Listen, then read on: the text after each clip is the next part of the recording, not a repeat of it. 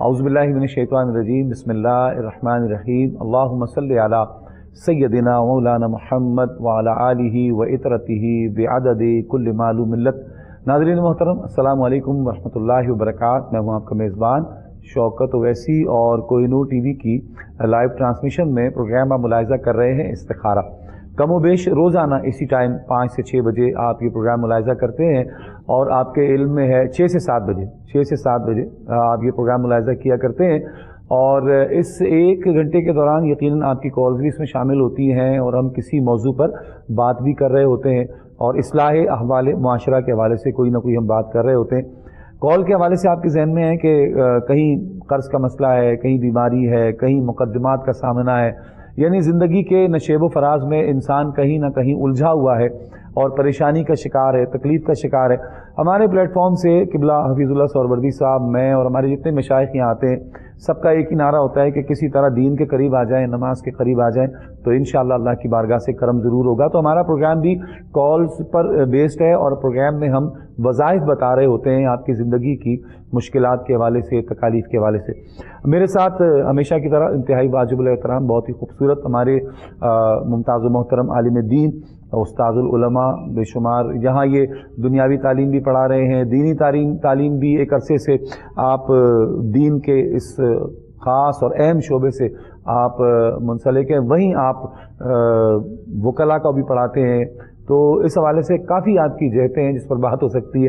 تشریف فرمائیں ممتاز و محترم عالم دین حضرت علامہ پیر حفیظ اللہ سہروردی صاحب۔ السلام علیکم۔ وعلیکم السلام۔ حضور خیریت سے؟ جی شکر الحمدللہ، ماشاء اللہ۔ علامہ صاحب ماشاء اللہ، جہاں دنیاوی تعلیم وہاں پھر میں نے عرض کیا کہ وکلاء کو بھی پڑھانا، پھر بہت سارے ان کے جو تلامذہ ہیں، جو ان کے شاگرد ہیں، وہ پوری دنیا میں یقیناً جگہ جگہ دین کا کام کر رہے ہیں۔ دوسرے ہمارے ممتاز و محترم مہمان کہ جو یقیناً کے نیوز پر آپ انہیں بارہا دیکھا کرتے ہیں، آپ ان کو سنا کرتے ہیں، تشریف فرمائیں حضرت علامہ پیر حافظ شفیق جماعتی صاحب۔ السلام علیکم۔ وعلیکم السلام۔ علامہ صاحب خیریت سے ہیں؟ الحمدللہ ماشاءاللہ۔ ناظرین محترم، زندگی میں اگر یہ دنیا جو ہے نا، اگر یہ ہمارے دل میں بس جائے تو پھر ہمارے جسم کو گھن لگ جاتا ہے، جسے ہم عام اگر زبان میں کہیں تو کینسر، دنیا کی محبت کا کینسر، دنیا کے عشق کا کینسر، سٹیٹس کا کینسر، پیسوں کا، دولت کا، جاہ و حشم کا جو خناس انسان کے دماغ پہ سوار ہو جاتا ہے، اس دل میں جب آ جاتا ہے تو پھر انسانی وجود بیمار ہو جاتا ہے، تکلیف میں آ جاتا ہے، پریشانی میں آ جاتا ہے۔ اور یہی اگر دنیا اس دل سے نکال دی جائے، دنیا اس دل سے نکل جائے تو بندہ اللہ کا ولی بن جاتا ہے۔ اللہ کا ولی بھی عام طور پر یہ ہم اصطلاح استعمال کر رہے ہوتے ہیں تو لوگ یہ سمجھتے ہیں پتہ نہیں یار یہ کوئی بہت بڑی اہم پوسٹ ہے، نہ جانے جس طرح ہم DIG بریگیڈیئر کرنل کو سمجھتے ہیں، جنرل کو سمجھتے ہیں کہ بہت اچھی حیثیت کے حامل لوگ ہیں، وہیں ولی اللہ کا نام آتے ہی، اہل اللہ کا نام آتے ہی اللہ کا ولی ہونا ہم عام لوگوں میں، یعنی میں خاص کی بات نہیں کر رہا، عام کی بات کر رہا ہوں کہ لوگوں کے ذہن میں یہ آ جاتا ہے یار اللہ کا ولی یہ تو بھائی بڑا مشکل کام ہے، یہ ہم کیسے کر سکتے ہیں، جنگلوں میں جانا پڑے گا لوٹا جا نماز لے کے اور دنیا سے نہیں۔